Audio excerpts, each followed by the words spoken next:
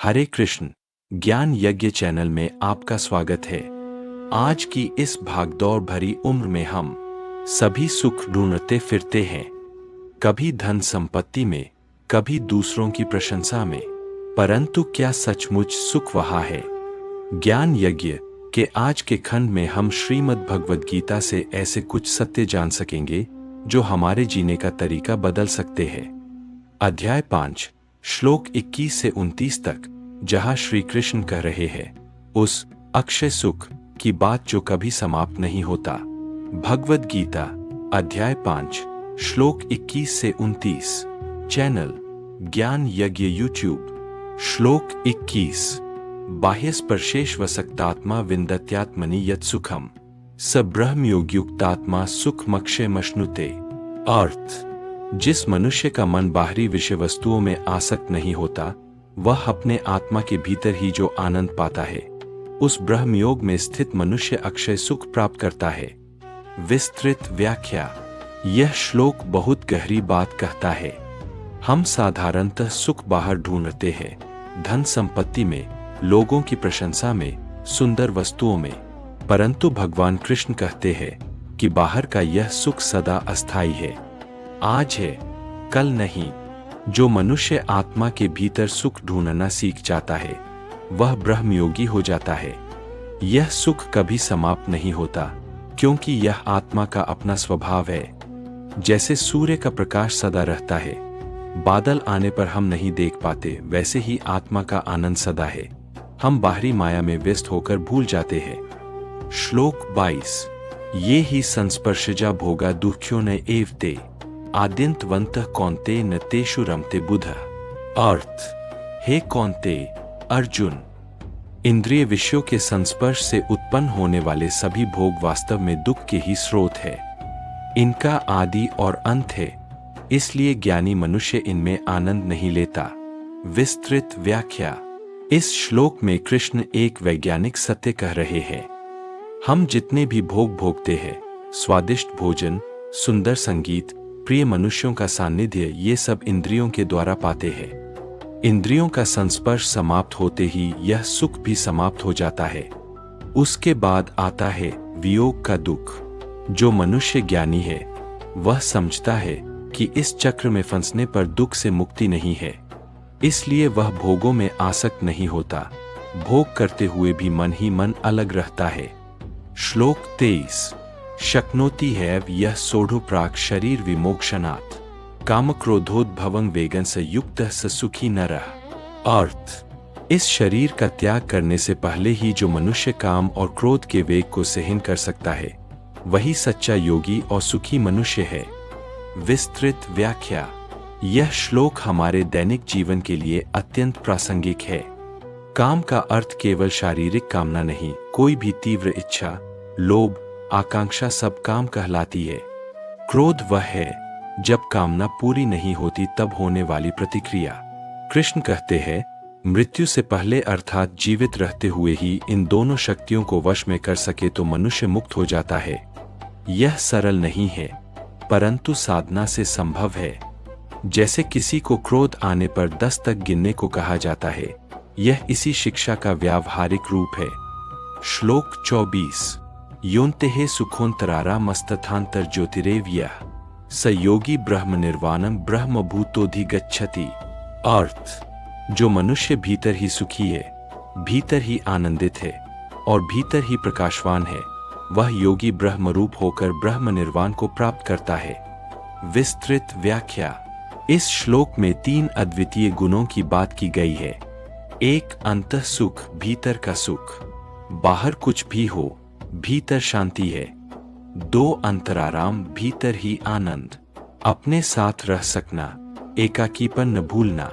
3 अंतर्ज्योति, भीतर का प्रकाश, आत्मा के ज्ञान प्रकाश से स्वयं को पहचानना।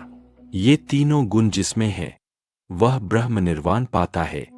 ब्रह्म निर्वाण का अर्थ है पूर्ण मुक्ति, सभी बंधनों से मुक्त होकर परम सत्ता में विलीन होना।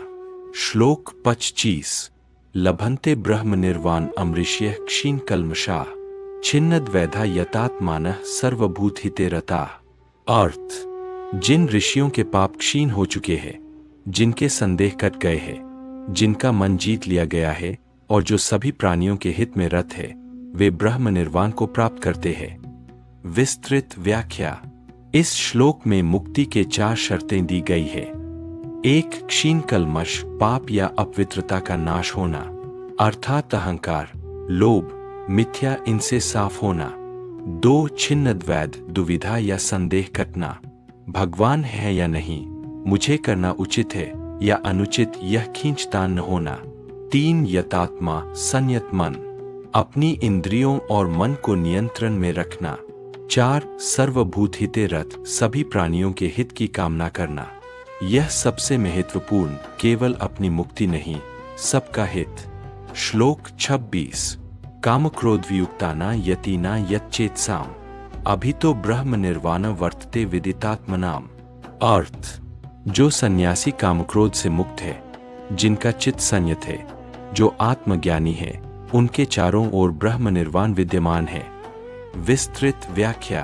अभितः शब्द का अर्थ है चारों ओर। इस श्लोक की बात अनूठी है।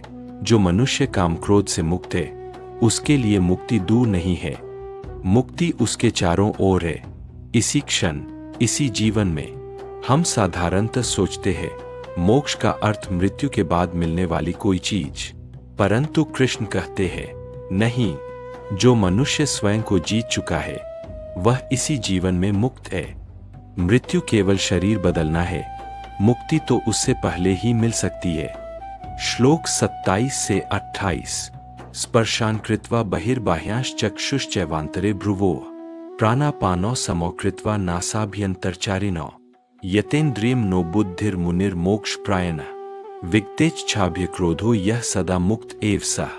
अर्थ, बाह्य विषयों को बाहर ही रखकर, दोनों भौहों के बीच दृष्टि स्थापित करके, नासिका के भीतर विचरण करने वाले प्राणपान को समान करके, इंद्रिय मन बुद्धि को संयत करके, इच्छाभ्य क्रोध से रहित होकर जो मुनि मोक्ष प्रायण है, वह सदा मुक्त ही है।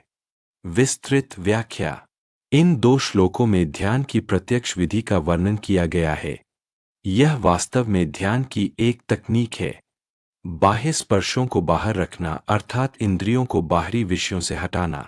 आंखें बंद हो, कान बंद नहीं, परंतु मन उनमें आसक्त न हो। भ्रूमध्य में दृष्टि, आज्ञाचक्र पर ध्यान देना। यह योगशास्त्र की एक प्रचलित विधि है। प्राणायाम, श्वास प्रश्वास समान करना।